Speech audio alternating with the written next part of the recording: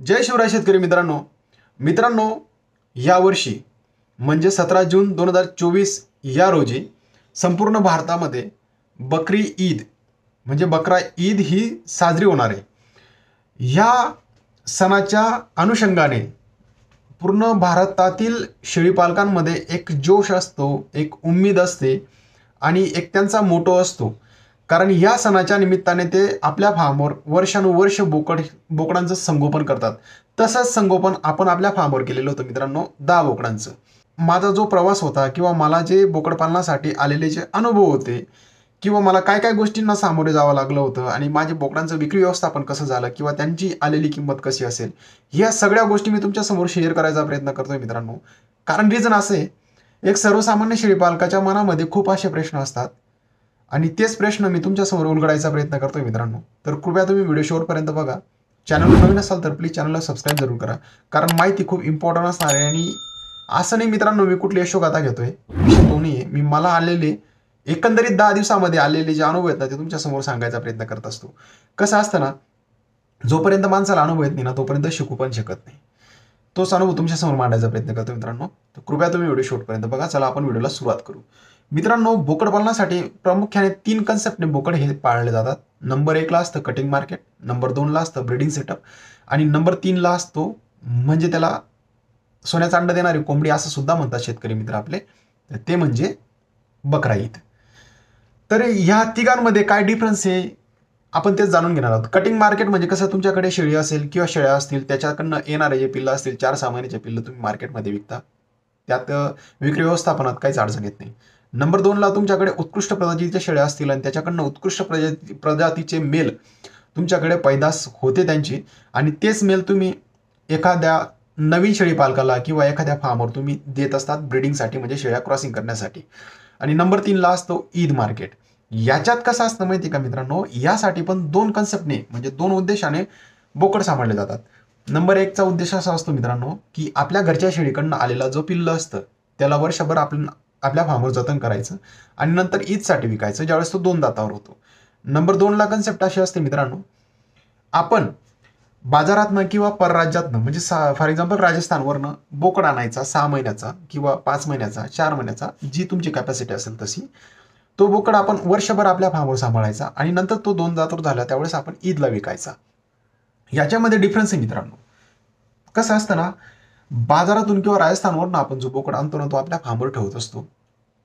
ती एक कन्सेप्ट वेगळी झाली. आणि दुसरा असतं आपल्या घरचा बोकड असतो. आता या दोघांमध्ये काय तफावत आहे, जो आपल्या घरच्या शेळीचा जो बोकड असतो ना मित्रांनो, त्यावर आपल्याला फक्त खाद्याचा आणि मेडिसिनचा खर्च लागत असतो. त्या उलट राजस्थानवरून आपण जो बोकड आणलेला असतो मित्रांनो, त्याला विक्रीसाठी जी लागलेली किंमत असेल ती किंमत, म्हणजे खरेदीसाठी जी किंमत लागलेली असेल ती किंमत प्लस खाद्याचा खर्च आणि त्यानंतर मेडिसिनचा आलेला खर्च, हा सगळा खर्च त्याला लागत असतो. नफ्याचा जर कधी हिशोब घेतला मित्रांनो, जो आपल्या घरच्या शेळीचा जो बोकड असतो त्याच्याकडनं जो येणारा नफा असतो तो म्हणजे कसा असतो, खाद्याचा खर्च आणि मेडिसिनला आलेला जो खर्च असेल तो मायनस करून म्हणजे उर्वरित जेवढा पैसा उरेल तो सगळा तुमचा नफा असेल. इकडे कन्सेप्ट वेगळी असते मित्रांनो.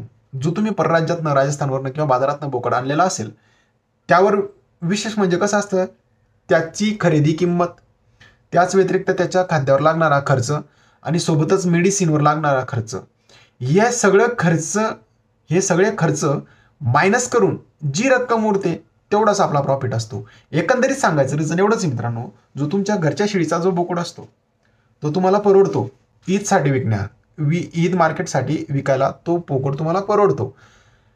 जो तुम्ही बाहेरच्या राज्यातनं किंवा परराज्यातनं बाजारातनं तो तुम्ही बोकड आणलेला असतो, तो बोकड परवडत नाही असं मी बोलत नाही, परवडतो. पण त्या बोकडाचं संगोपन तुम्ही कसं केलंय, त्यावर तुम्ही खर्च कसा केला आणि तुमच्याकडनं त्या बोकडाची विक्री किंमत कशी निघालेली, या सगळ्या गोष्टींमधनं जो शेवटचा जो रिझल्ट आहे त्याच्यावर त्याचा नफा ठरत असतो मित्रांनो.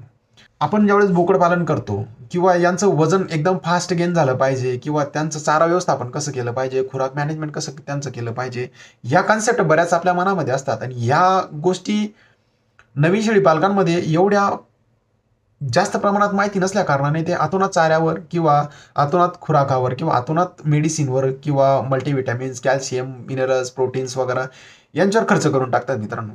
याच्याने काय होऊन जातं ना, की त्यांचा खर्च वाढत असतो. तर मी माझं वैयक्तिक चारा व्यवस्थापन सांगतो मित्रांनो. बोकडाला काही भरपूर जास्त लागतं असा काही विषय नाही मित्रांनो. खूप शांत अशी जात असते आणि खूप कमी खात असतो बोकड. आता आपल्याकडे जनरली कसं असतं ना, सकाळची जी वेळ असते ना, जनरली 6 वाजेपासून तर 10 वाजेपर्यंत जनरली थंडावा असतो. महाराष्ट्रातल्या कुठल्याही भागात असो, थंडावा असतो. या थंडाव्याच्या कालावधीमध्ये काय करायचं मित्रांनो, त्याला तुम्ही सुका चारा द्या. ओके. नंतर तो सुका चारा दिल्याचा फायदा असा असतो मित्रांनो, जर त्याने बोकडाने सकाळी सुका चारा खाल्लेला असेल ना, तर तो पूर्ण दिवसभर पाणी पित असतो. आणि पूर्ण दिवसभर बोकड जर पाणी पित असेल ना मित्रांनो, तर त्याची चयापचयाची जी क्रिया असते ना, तर ती व्यवस्थित होत असते. नंतर जो दुपारचा वेळ असतो, ज्यावेळेस आपल्याकडे गरमीचा किंवा उन्हाचं तापमान असतं, तर त्यावेळेस तुम्ही त्याला हिरवा चारा द्या. हिरव्या चाऱ्याच्या 2 वैरणी करा. म्हणजे 1 वैरण सुका चाऱ्याची, नंतर पाणी आणि 2 वैरण हिरव्या चाऱ्याच्या. आणि नंतर लास्टला जे असतं ना मित्रांनो, ते तुम्ही त्याला दान द्या. दानमध्ये तुम्ही मका देऊ शकता आणि गहू देऊ शकता. जास्त खर्च करायची गरज नाही किंवा जास्त वेगळं काही द्यायची गरज नाही मित्रांनो. जे मी एक्सपेरिमेंट केलेलं आहे तेच तुम्हाला सांगायचा प्रयत्न करतोय.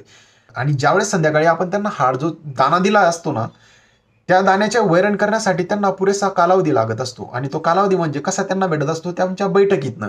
म्हणजे रात्री पुरेशी त्यांची बैठक झालेली असते, तर ते वैरण चांगली करत असतात. ओके. आणि त्या वैरण केल्याने किंवा त्यांनी तो दाना असतो किंवा जो चारा असतो तो बारीक चावल्याने त्यांच्या पोटाला तो लागत असतो. म्हणून तुम्ही दाना संध्याकाळी द्या, एकच वेळेस पोटभर द्या. हे झालं मित्रांनो चारा व्यवस्थापन. आता एक गोष्ट सांगतो मित्रांनो, तर तुम्ही कसं असतं ना, आपल्या फार्मवर आपण बोकड तर सांभाळले गेलेले असतात, व्यवस्थित पद्धतीने आपण सांभाळतो, पण त्याचं विक्री व्यवस्थापन आपल्याला करता येत नाही. आता मी माझ्या बोकडांची किंमत कशी ठरवली किंवा तुम्ही तुमच्या फार्मवर जे बोकड असतील तुमचे, त्याची तुम्ही किंमत कशी ठरवावी हे तुम्हाला सांगतो.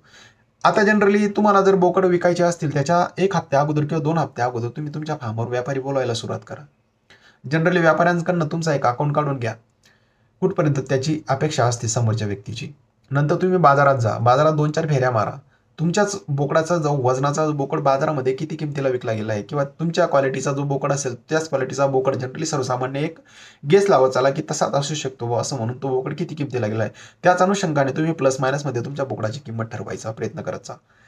नंतर विषय येतो मित्रांनो, की या वर्षी 2024 साठी ईद मार्केटची काय कंडिशन आहे ते तुम्हाला सांगायचा प्रयत्न करतो मित्रांनो. विषय असा झाला होता, मागच्या वर्षी जुलैमध्ये ईद होती आणि त्यावेळेस महाराष्ट्राच्या बऱ्याच अशा जिथं मंड्या भरत असतात, मोठ्या मोठ्या बकऱ्या मार्केट भरत असतात, त्या ठिकाणी पावसाचं प्रमाण इतकं जास्त प्रमाणात होतं, तर तिथं कस्टमर जाऊ शकला नाही आणि जे व्यापारी होते त्यांच्याकडनं बोकडाची विक्री झाली नाही.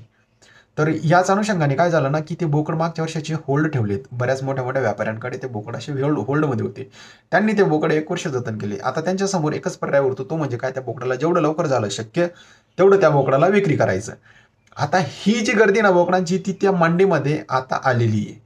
आणि सोबतच राजस्थानवरनं माल येतोय, त्यानंतर MP मधनं माल येतोय. म्हणजे बाहेरच्या राज्यातनं मार्केटमध्ये, मंडीमध्ये इतका जबरदस्त प्रमाणात माल आलेला आहे. तर तुमच्या लोकल बोकडांना जो सर्वसामान्य व्यापारी होता, जो बोकडांना घेऊन जात होता, आज त्या बोकडांना कोणी घेऊन जात नाहीये किंवा त्या बोकडांकडे त्या व्यापाऱ्यांचं लक्ष नाहीये. कारण त्यांचं लक्ष कुठे, ज्या ठिकाणी त्यांना स्वस्तमध्ये भेटू लागला तिथे.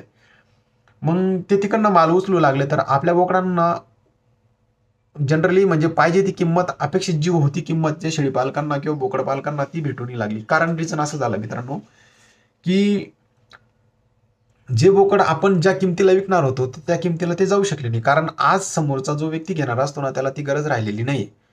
ओके. आणि गरज आपल्याला बोकड विकायची आहे.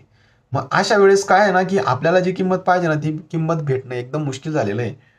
आणि यावेळेस जी मार्केटची कंडिशन आहे, तर शेळी पालकांसाठी असो किंवा बोकड पालकांसाठी असो, त्यांनी जी अपेक्षा ठेवली होती की आपला बोकड या किमतीपर्यंत गेला पाहिजे, तो जाऊ शकत नाही.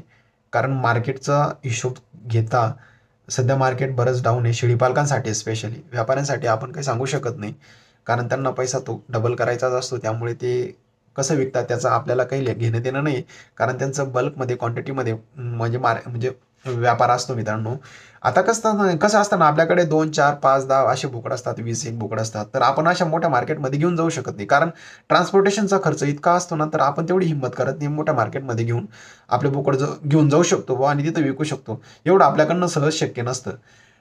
तर अशा वेळेस आपण जी किंमत समोरच्याने दिली त्या किमतीला आपण देऊन मोकळं होत असतो मित्रांनो. म्हणजे माझे बोकड विक्री करण्यासाठी मी सोशल मीडियाचा खूप चांगला वापर केला. कसं, की मी त्यांचे व्हिडिओ काढायचो, YouTubeवर कंटिन्यू अपलोड करत राहायचो. नंतर माझ्याकडे शेळी पालनाचे असे बरेच असे ग्रुप होते, की त्यांच्यामध्ये मी माझ्या बोकडांचे जे व्हिडिओ होते ते मी शेअर करायला चालायचो, व्यवस्थित डिस्क्रिप्शन लिहून त्यांना शेअर करत चालायचो. तर एकंदरीत सांगायचा विषय एवढाच आहे ना, की मित्रांनो तुम्हाला जेवढे कॉन्टॅक्ट तुम्हाला वाढवता येतील, जेवढ्या डीलरांशी तुम्हाला संबंध साधता येईल तेवढा साधायचा प्रयत्न करायचा आणि त्याचं तुम्ही मार्केटिंग करायचा प्रयत्न करायचा मित्रांनो. आता मित्रांनो, हा झाला बोकड पालनाचा किंवा मला आलेला एकंदरीत अनुभव झालेला तो तुम्हाला मी सांगायचा प्रयत्न केला मित्रांनो.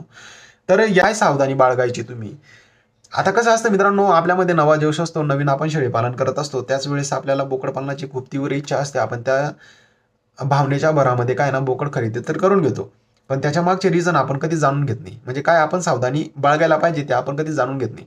नंबर 1ला असतो मित्रांनो त्या बोकडांचं वय. कसं असतं ना, की कुठलाही व्यापारी किंवा कुठलाही ट्रेडर तुम्हाला ज्यावेळेस बोकड देतो, जेव्हा तुम्ही बोकड खरेदी करतात त्यावेळेस त्याच्याकडनं आश्वासनाने सांगितलं जातं, की हा बोकड 6 महिन्याचा आहे किंवा 7 महिन्याचा, 8 महिन्याचा आहे. तुम्ही त्याला 8 महिने सांभाळा, 8 महिन्यात तो दात करेल आणि तुम्ही त्याला ईदसाठी विकू शकता. मित्रांनो मित्रांनो कसं असतं माहिती का, जो 6 महिन्याचा बोकड तुम्हाला सांगितलेला असतो, जर तो बोकड 3 महिन्याचा असेल आणि तुम्ही त्या बोकडाला 8 महिने तुमच्या फार्मवर सांभाळत असाल, म्हणजे त्या बोकडाचं वजन होतं 8 महिने, म्हणजे 11 महिने 11 महिन्यात असा कुठलाच बोकड नाही की तो दात करू शकेल. आणि ईदसाठी मिनिमम मर्यादा अशी आहे, की मित्रांनो तो बोकड तुमचा एक दात म्हणजे 2 दात झालेला असावा. आणि 2 दात केव्हा होतो मित्रांनो, 12 महिने किंवा 14 महिन्याच्या नंतरच तो बोकड 2 दात झालेला असतो. तुमचा जर बोकड 2 दात नसेल ना, तर तो बोकड तुमच्याकडनं विकला जात नाही. म्हणजे तो बोकड परत आपल्यावर जबाबदारी पडते ती अजून 1 वर्ष सांभाळायची. नंबर 2ला असतं मित्रांनो व्हॅक्सिनेशन. तुम्ही कुठल्याही ट्रेडरकडनं किंवा कुठल्याही व्यापाऱ्याकडनं तुम्ही बोकड घेत असाल, तर त्याला आवर्जून सांगा, की बाबांनो जो व्हॅक्सिनेशनचा खर्च असेल ना, तो मी स्वतः करतो. पण मला तू क्लिअर सांग, की तू व्हॅक्सिनेशन केलं आहे की नाही केलेलं आहे. आता कसं असतं, बरेच असे आश्वासन दिले गेलेले असतात मित्रांनो ट्रेडर्सकडनं किंवा व्यापाऱ्याकडनं, की हे बोकड फुल्ली व्हॅक्सिनेटेड आहे. पण कसं असतं ना, मुळात ते व्हॅक्सिनेशन झालेलं नसतात. आपल्या फॉर्मवर आपण आणतो, आपण गैरसमज मनामध्ये बाळगून ठेवतो आणि हे बोकड व्हॅक्सिनेशन झालेले आहेत असं समजून आपण हलगर्जीपणा करत असतो. याच वेळेस आजार आपल्या बोकडांवर येतो. परिस्थिती आवाक्याच्या बाहेर गेलेली असते. बोकड आपल्या हातातून चालले गेलेले असतात. म्हणून व्यापारी जर सांगत असेल व्हॅक्सिनेशन केलेलं आहे, तरी सुद्धा त्याच्यावर भरोसा नका ठेवा. तुम्ही तुमच्या घरी बोकड फार्मवर आल्यानंतर नक्की व्हॅक्सिनेशन करा. नंबर 2 नंतर असतं मित्रांनो, व्यापाऱ्याकडनं ज्यावेळेस आपण माल खरेदी करतो ना त्याच्याकडनं आश्वासन आपल्याला दिलं गेलेलं असतं. आश्वासन कसं असतं ते, की तुम्ही टेन्शन नका घ्या, तुम्ही माझ्याकडनं बोकड घेऊन जा. तुम्हाला ज्यावेळेस बोकड विकायचे असतील त्यावेळेस तुम्हाला मी व्यापारी किंवा कस्टमर आणून देईल. तुम्ही काय टेन्शन घेता, तुमच्याकडनं बोकड विक्री व्यवस्थापनासाठी आम्ही काहीच अडचण येऊन देणार नाही. हा एक भ्रम आहे मित्रांनो. कारण कसं असतं ना, समोरच्याला त्याचा माल विकायचा आहे म्हणून आपल्याला तो आश्वासन देत असतो आणि त्याचा माल विकायचा प्रयत्न करत असतो मित्रांनो. पण विषय ज्यावेळेस आपण आपला माल विकायची ज्यावेळेस बारी येते ना मित्रांनो, त्यावेळेस आपला माल सहजासहजी विकला गेलेला नसतो. कारण कसं असतं ना, आपण ज्यावेळेस आपला माल विकायचा प्रयत्न करत असतो ना, तर त्यावेळेस आपल्याला पाहिजे तसा कस्टमर भेटत नाही आणि पाहिजे तसा कस्टमर समोरचाही आपल्याला आणून देत नाही. मग त्यावेळेस बहाणे बनवले जातात. तर एक गोष्ट लक्षात ठेवायची मित्रांनो, तुमच्यामध्ये जर खरंच कॅपॅसिटी असेल ना, की मी 10 नाही 25 बोकड विकू शकतो, तर त्यावेळेस तुम्ही बोकडांचं संगोपन डेफिनेटली करा. आणि जर तुमच्यामध्ये धमक नसेल किंवा तुमच्यामध्ये ती कॅपॅसिटी नसेल ना, की तुम्ही त्या बोकडांचं विक्री व्यवस्थापन करू शकत नसाल, तर माझं पर्सनली सांगणं आहे तुम्हाला, की तुम्ही बोकड पालन करू नका.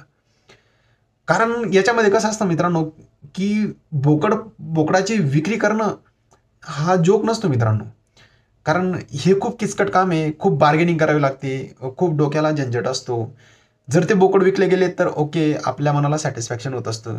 जर बोकड विकले नाही गेले तर तीच परत जबाबदारी आपल्यावर येत असते. परत 1 वर्ष आपल्याला बोकड सांभाळावे लागत असतात. आणि जर नाही बोकड विकले गेले तर नाईलाजाने आपल्याला कमी किमतीत ते बोकड द्यावे लागत असतात. अशा कारणाने काय होतं ना, की बोकडपालन या व्यवसायामध्ये आपल्याला नैराश्य येत असतं.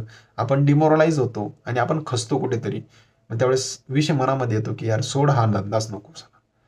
असं नाही करायचं. आपल्यामध्ये जर धमक असेल ना बोकडांची विक्री व्यवस्थापन करायची, तर डेफिनेटली तुम्ही तो व्यवसाय करा. जर नसेल ना तर नका करू. सगळ्यात शेवट आणि इम्पॉर्टंट विषय असा आहे मित्रांनो, ब्रीड.